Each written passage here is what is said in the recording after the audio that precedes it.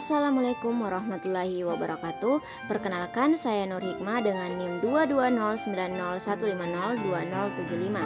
Alasan saya membuat video ini adalah untuk memenuhi salah satu ujian akhir semester pada mata kuliah Teknologi Informasi dan Komunikasi yang diampu oleh Ibu Suharti Sirajuddin SSSPD, MPD, MED, TISOL. Di video ini saya ingin sharing tentang salah satu sistem penting dalam dunia bisnis, yaitu ERP atau Enterprise Resource Planning, yang sangat membantu perusahaan dalam mengelola berbagai proses bisnis agar lebih efisien, cepat, dan terintegrasi. Sebagai mahasiswa akuntansi, menurut saya penting untuk tahu apa itu ERP dan bagaimana penerapannya. Yuk nonton video ini, semoga bermanfaat. ERP atau Enterprise Resource Planning adalah sebuah sistem yang dirancang untuk mengatur dan mengelola semua aktivitas operasional dalam sebuah perusahaan, mulai dari keuangan, produksi, distribusi, sampai ke manajemen sumber daya manusia. Ada beberapa poin penting yang dirasakan perusahaan saat pakai ERP. Yang pertama, menghemat waktu dan biaya operasional. Kedua, mengurangi kesalahan.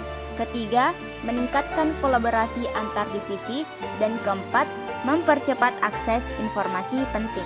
Nah, teman-teman, di sini saya akan membahas salah satu contoh aplikasi ERP yang cukup terkenal, yaitu SAP Business One.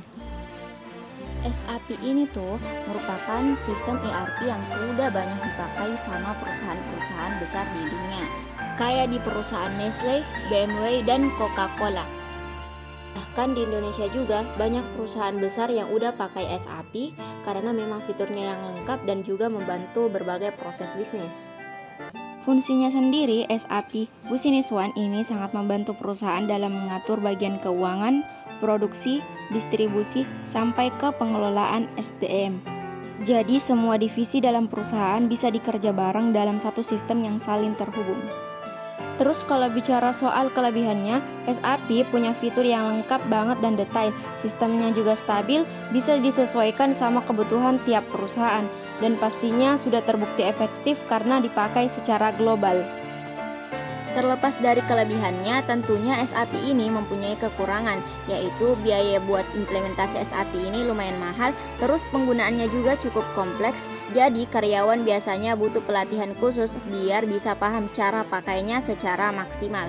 Nah, buat kita yang kuliah di jurusan akuntansi, SAP ini punya manfaat yang besar banget karena lewat SAP kita bisa belajar langsung gimana keuangan perusahaan itu diatur, mulai dari pencatatan transaksi, pembuatan laporan keuangan, sampai ke proses audit, semua bisa dilakukan secara digital dan lebih efisien.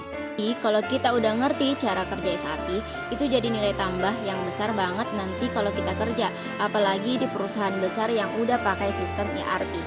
Oke teman-teman, itu tadi sedikit penjelasan dari saya tentang ERP dan contohnya yaitu SAP Business One. Semoga video ini dapat menambah wawasan kita semua. Terima kasih sudah nonton sampai selesai. Kalau ada kekurangan, saya mohon maaf. Sampai jumpa di video berikutnya. Wassalamualaikum warahmatullahi wabarakatuh.